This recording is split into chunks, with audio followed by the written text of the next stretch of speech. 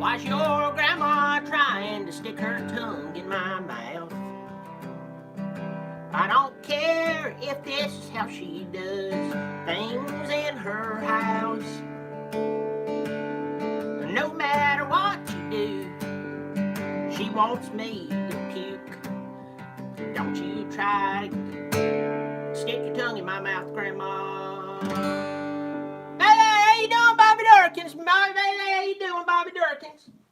Thank you so much for joining me. Thank you so much for joining me for this wonderful, wonderful video here on a Saturday. We're roughly 9 days away from Clemson playing in the national championship. Got a bunch of you showing up here like I'm handing out $100 bills. Fake or not, just tossing them out. I'm so glad that y'all are here. I'm going to say may there to some of you. You know that I've had people who has complained about me saying may there to so many people. They're like, hey, Bobby, I got on here to watch you talk about football and get your thoughts. How dare you get on there and say may there to everybody? I'm going to may there to everybody. I see 19 people's in here. You got 11 thumbs up. I like that. Go ahead and get the other 8 and you'll be good. I'm going to say may there to a bunch of people in here. Sean D. Sean, it's good to see you, buddy. Take me a swig of water. Whew. So we got Sean D, we got Ashton Owens, Patrick Connor, Camel Shark, the big Florida fan, B-Curve, Bailey, it's good to see you, man, there to you. Dirty Joe. Dirty Joe, somebody you want to work on your car. That's a name. Hope to God you're a mechanic. The Birdman, may there to you, buddy. Clay Geiger, Ready, Set, Chase, may there to you. SC Tiger fan, may there to you. You're representing the 803. Jason Cowart, Clem and Son. That's clever. Know a lot of idiots who don't have the right name. Look at Clemson Carson. I tell you right now, Clemson Carson shows up. I think I could bend over, right over there, and park my butt up to a mic and whistle the Andy Griffith tunes from my butt. That would be very talented. And I believe he'd show up. Thank you so much, Clemson Carson. Who else is in here? Dirty Joe. Yolanda Banks is in here. Yolanda is one of my favorites. You can just look on her picture online and you can tell the joy of happiness of life is all over. And if it's not, you fake well. Tiger Nation, hey, man! Hey! Man, there, good to see you. Scott Johnson said, preach it, Bobby. B-Curve wants to know if I'm about to watch NFL. I'm really not an NFL fan. But I'm glad you're watching it if you enjoy it. I really am. Jamie Stone said, finally caught you live, so ready for the game. I'm ready for the game too, buddy. Ozark Mountains. No way in HE double hockey sticks is Clemson going to hang with LSU. Well, I'm glad you're here, Ozark Mountains. I like you too. You just get straight to the point. You don't say may there to me. You're just like, y'all ain't winning. Well, at least you believe it. Ryan Adams in here. Every time I hear that Ryan Adams, I think about that Brian Adams song. Everything I do it for you. Anyway. YouTube will probably demonetize this thing just because I sang those 4 words. Cody Lackney, good to see you, buddy. Good to see you. It's not that far away. Tiger Nation, Patrick O'Connor, Ryan Adams, Clay Geiger, Border Bob, just felt the need to show support. Thank you. He just dropped $2 on me. $2. Thank you. Thank you so much, Border Bob, for supporting the Bobby Dirkens Foundation for the Bobby Dirkens family. Since the doctor said I can't drink beer right now, I just have turned the name into something different. Plus, the foundation sounds like we're all sick and we need your help, so it inclines people to give. But thank you so much, buddy. It's good to see you. So I'm going to jump right into this. So I titled this video something. By the way, I just shot a video right before this with Mark Rogers. If you don't know Mark Rogers, you need to go see Mark Rogers. He's had our good friend, good pal, Pigskin Pete on there several times. He's had me on there.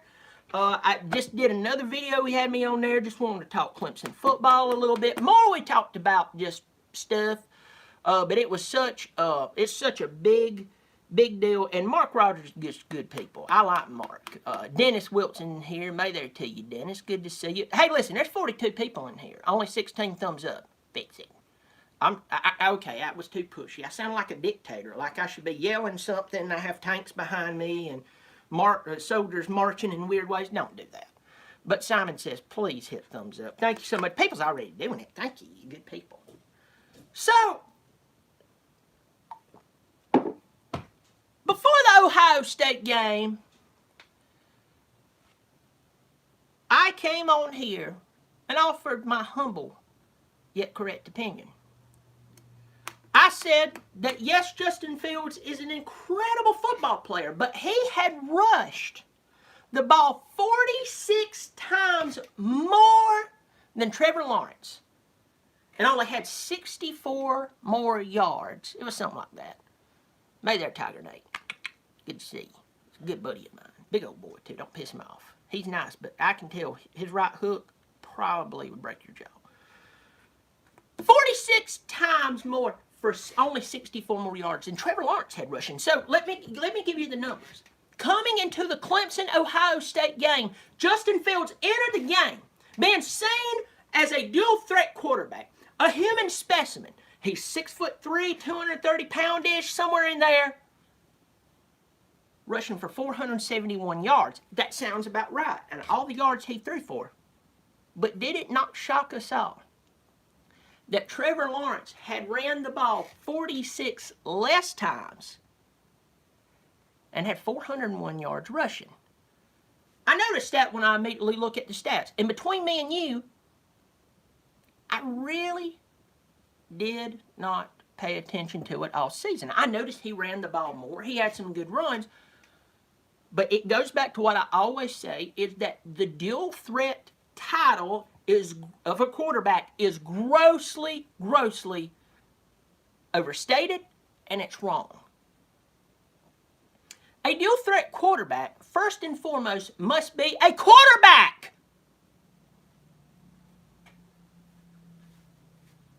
If you take a running back and line him up as a right guard, is he really a right guard? Well, he's in the position, Bobby. Yeah, see how that works for him. That quarterback will be praying to anything he's ever thought might be alive, and that is a higher power, to save him, because he's not really a right guard. A dual threat quarterback must first and foremost be able to throw the ball.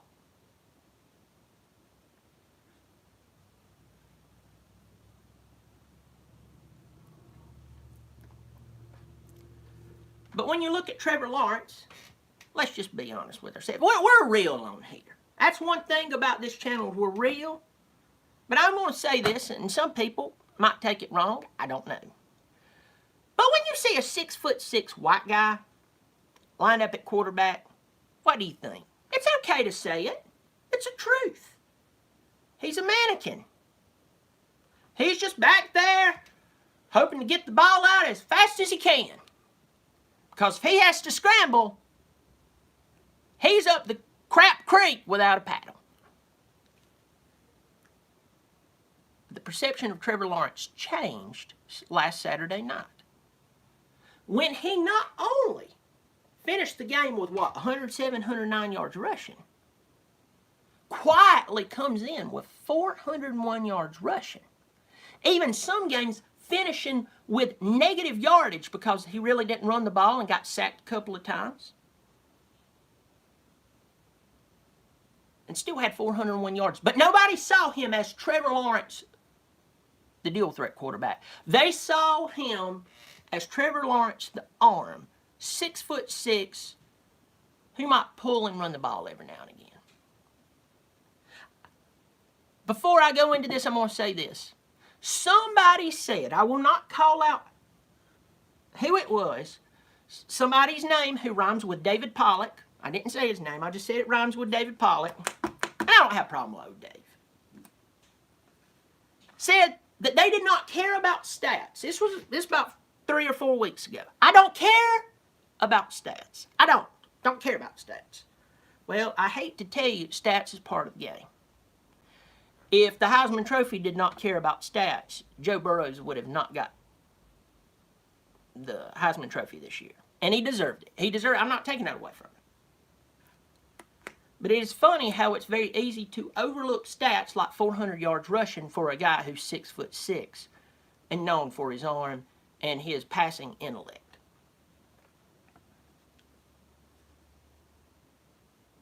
Now he's over 500 yards rushing. He comes into a game against a team who is hot. They are on fire. They're burning up the woods. If it can catch on fire, if it can be combustible, LSU is burning it up. But if you go back to a week today, the most complete football team in a lot of people's opinions right before this game was who? Was it Clemson? In people's opinion. Was it LSU? Be honest. Remember, it's just a week. I'll call you lies out. No. Definitely wasn't Oklahoma.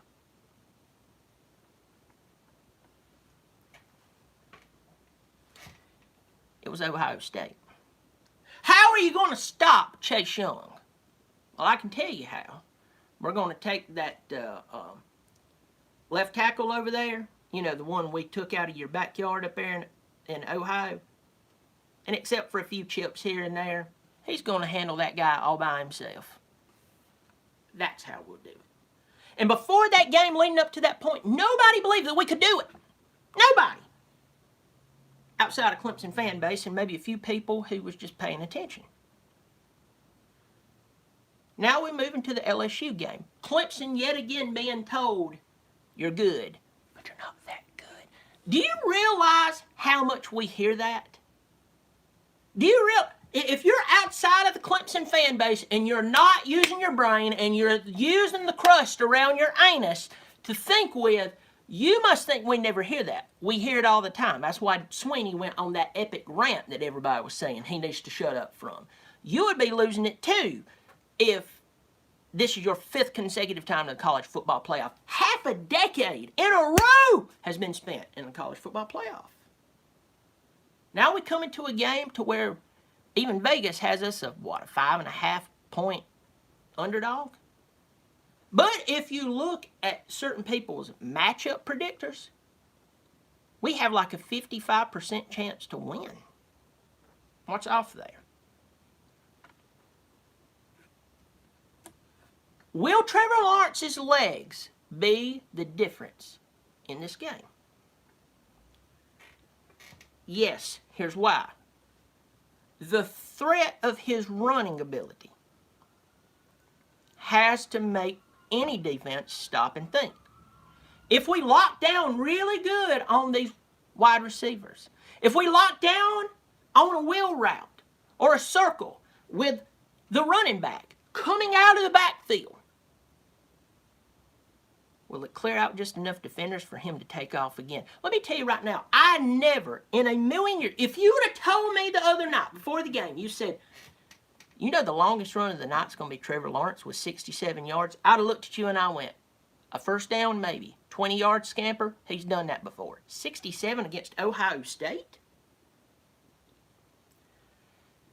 You obviously has been hitting the hooch too much and you drunk. And then what happens? He torches everybody.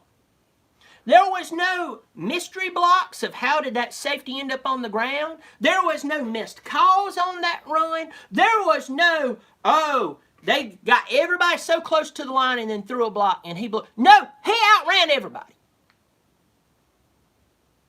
And LSU now knows that he can run on them. Because when you see a guy who is 6'6" and they're lined up at quarterback, no matter what league they're in, no matter what year it is, no matter if it is in the 80s, the 70s, 90s, I know I jumbled up the years. Who cares? It's my show.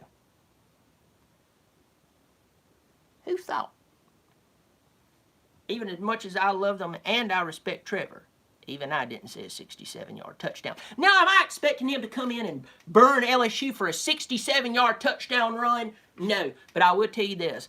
Ohio State's defense is way better than LSU's defense.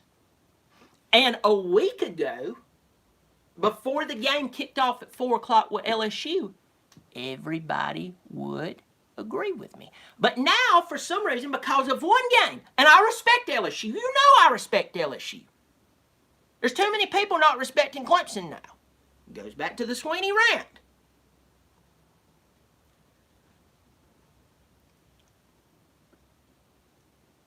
But everybody was saying Ohio State had the best defense in the country. And they blew it. And yes, Mr. 6'6", Goldilocks himself, it's more dirty blonde, almost brown, burnt them for a 67-yard touchdown. So now you're playing against a team who gave up, 40 points to Alabama? A team who could only score 23 points against Auburn? Yeah, they had 500 yards. Somebody put that on my board. You mentioned that, but they had over 500 yards. Remember, yardage can be an indicator of points, but yardage, wait, listen for it, wait for it. Yardage is not points. If yardage was points, Ohio State would have had 35 in the first quarter and a half.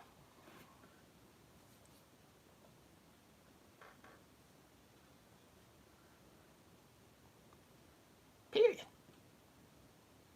Forget this flag's back here. Forget I'm wearing this. The truth is, yardage is a great indicator, but it does not always mean points.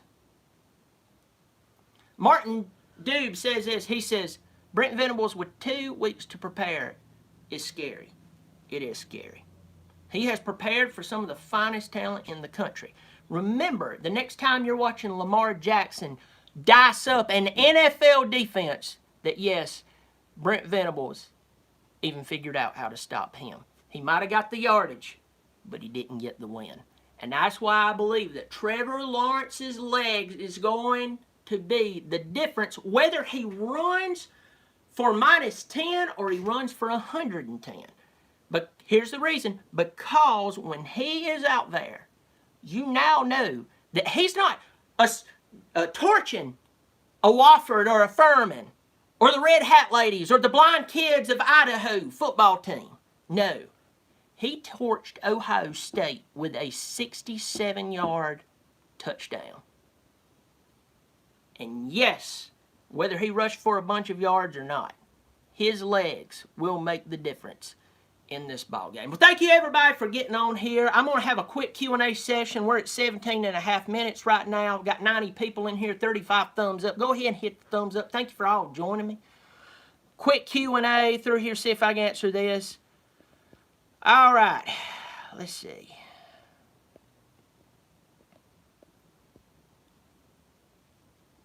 Border Bob says he believes Maury Rogers is going to be open more. I would like to see our wide receiver show up in this game. He did have that incredible run. I tell you right now, he's running faster than ever since that surgery. It's incredible. All right, anybody got any questions for Bobby? Jamie Stone says, Bobby, will you host a watch party? You know, I would like to host a party. If I could get more subscribers, and I don't mean that in a bad way. If I got more subscribers, I would love to host a watch party at the SO. Me and Pigskin Pete's talked about that. I think that would be a lot of fun. Really a lot of fun to do a big watch party. And we shut down the SO and we have 400 or 500 people there, even 1,000 if we possibly could. Sean D wants to know final score. I am holding out on you, my friend. Very, very last video I do, I'll give a bold prediction on for them. Emory Bailey, what do you think about DJ Ukulele? You know, here's the thing. It's always great when you recruit in players like him. Obviously, you see what Watson and what Trevor's done for us. You see the likes of Justin Ross. You see the Xavier Thomas. You see the players that we brought in, and they were highly ranked. I think that he is in the right system. I believe that he is in the right era. But we cannot, even though we want to and I want to, we cannot say, well, obviously he's going to do just as well as Deshaun and Trevor because he's that style of player. Well, that's wrong. He has to grow. He is a different person. I don't care how fast he throws the ball. I don't care how tall he is. I don't care where he comes from. He is a different person. Even if he was one of their brothers, And it did great things and even broke the records in high school. He's a different person, so we need to be careful not to put too much on him. Jamie Stone says, kicker situation. No kick beyond 40, especially on fourth when game close. Jamie, I'm not meaning this bad. I politely disagree with you, and here's the reason why. Something is going on. Something is going on with Potter. If you get Potter inside of the 40-yard line, Potter will miss it. You get him inside the 35-yard line, he'll miss it.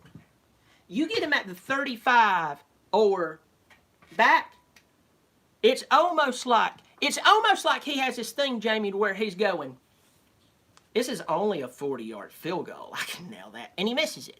But then he goes out there for a 50-yard field goal or a 55, and we know he has the leg for it, and he nails it. So it's like when Tony Christie played for Clemson back in the now I know I'm going way back there, in mid-90s. He was the leading three-point shooter in the ACC. He was sitting at 44-45%. But here's the problems. Listen. He was shooting at 43% from the free throw line. That doesn't make sense. Longer shot, shorter shot, he makes the longer. There is a focus problem there. So I would say anywhere inside the 35-yard line, he's not good. You get him outside of it, he nails it. Let me go through some more of these questions. What do you think about Brian Brisset? I think I'm saying that right. He's a freak. He looks like the Hulk out there. Some people's called him Thanos. But here's the deal. He still will come onto a team full of 4- and 5-star players who has a lot of experience. He will get his time. He might come out there and kill it right off the bat. He might have to develop. I mean, think about KJ Henry. KJ Henry is a great talent. It's just questionable. I always say that we need to be careful and not putting too high expectations because that's how players fall.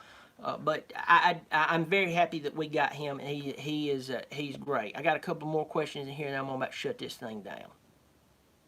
Do you think the majority of the team will be fully healthy? That I know of, absolutely. The thing that I am questioning right now is our wide receivers. Where were our wide receivers in this game against Ohio State? Where were they? I mean, I know Higgins got hurt on that fluke play, and that's nothing against Ohio State. They didn't do it on purpose. But it was very, very interesting. That was a very weird game. How did we win that? Because it really come down to the Travis Etienne, Trevor Lawrence show.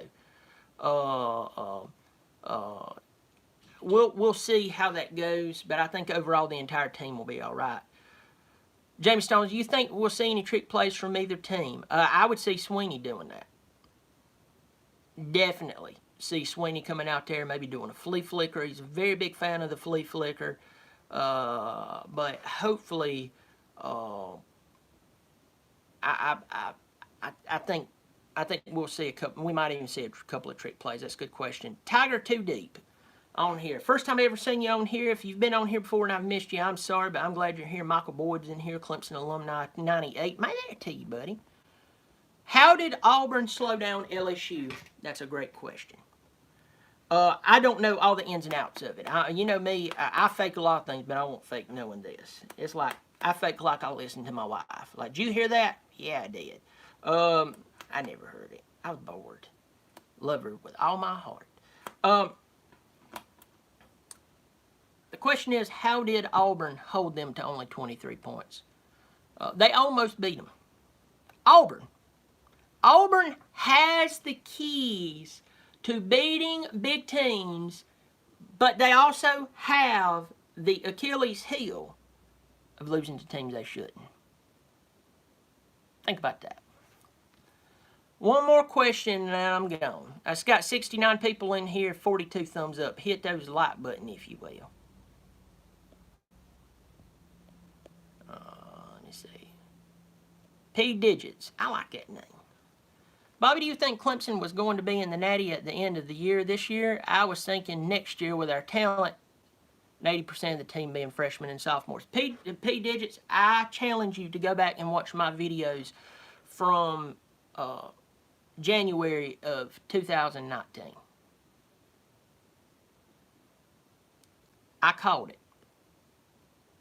I said I believe that we would repeat because we were returning the majority of our talent, even if it was young. Coaching, so many people. I'm so blown away. Now, I'm an old country man. A lot of people calls me a redneck, okay? A lot of people calls me old redneck. I am a redneck, but I'm an old country boy too. But I do look at things and I analyze things. You have to analyze things. Listen to me. You have to look at it. If one of the reasons, I always get this thing. This will answer your question. I have a lot of people who always says this. They say, you know, it's hard to repeat. It is true, it's hard to repeat. But why is it hard to repeat? Well, a lot of times, when a team wins a national championship, you have other schools, they sweep in there like, hey, that guy right there, defensive coordinator, he's part of the national championship winning team, and our team's barely won the conference. Pay him whatever, get him in, because he's part of what? A winning team. He knows what it takes to win a national championship, and they hope it will work for their school. Even if they don't win a national championship, if they're just going to New Year's Six bowls, they're happy. So they go in and they take, listen, they take the best coaches away, they wave a bunch of money in front of them. Okay? It makes sense. But with Clemson, listen to me, with Clemson, it's very, very different. Except for, I think, one guy who was a linebackers coach who ended up going to Boise State last year. All of Clemson's coaching staff is back. And a lot of them's been with Sweeney since the very beginning. Listen to me, the beginning. 10 years. Some of them 6 years, 8 years, 9 years. Continuity, y'all. That's a new word I learned. Continuity. So a lot of times when people are analyzing these football teams, they'll look at me and they'll go, hey, you old redneck, you done stupid, and this, that. How many degrees you have? I ain't got one. But I will promise you this. I don't have to have a degree to be able to look at a football team and tell you whether they're good or not. But you got to start at the top. The coaching staff has been together for a long time. And that means something. Culture. Teaching these youngins. Recruits. Looking at them and going, if you go to Alabama and you ask Alabama player, who is your offensive coordinator? Who was your offense coordinator while you were at Alabama? They may name out 2 or 3 different people. You ask somebody from 6 years ago, who was their offensive, or 4 years ago, who was their offensive coordinator, it's the same person who's the offensive coordinator today. Nice Guy TV. Everybody go check out Nice Guy TV. He just dropped $2. He just was good. It's the Bobby Dirkens Foundation Fund. And all the proceeds goes to Bobby Dirkens and the Bobby Dirkens family. Thank you so much for a $2 donation super chat. Thank you so much for dropping that off Nice Guy TV. He's a good people, good supporter of the show. If you like my show, support it. If you love my show but you can't do it, hey, I got a job. I kill cats for the county. And I enjoy it. I love killing cats. But if you want to support the show, you support the show. Thank you so much. But to answer the question is, do you have the coaching staff, then you have the majority of last year's team returning. That's the truth. Larisha says, "Hey there, Bobby from Disney. Is that Disney World? I have family in Disney World right now. I'm not kidding.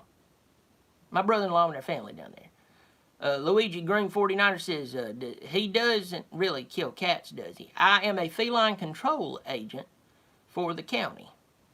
They have cats that have been overrun. They've been overrun in the area.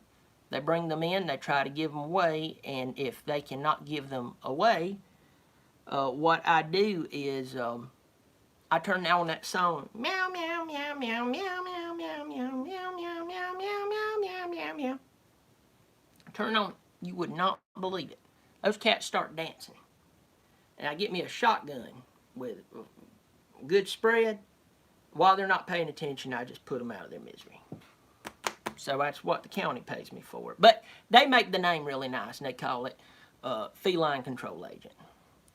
Larisha, yeah, congratulations, you're down there. Hey, listen, I'm not going to have to cut this up. My phone's about to die.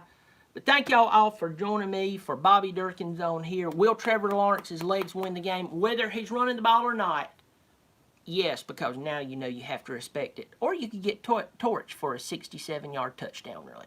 I'm Bobby Dirkens. Hit the subscribe button, turn on notifications. You keep showing up. I'll keep showing out. Bobby Dirkens.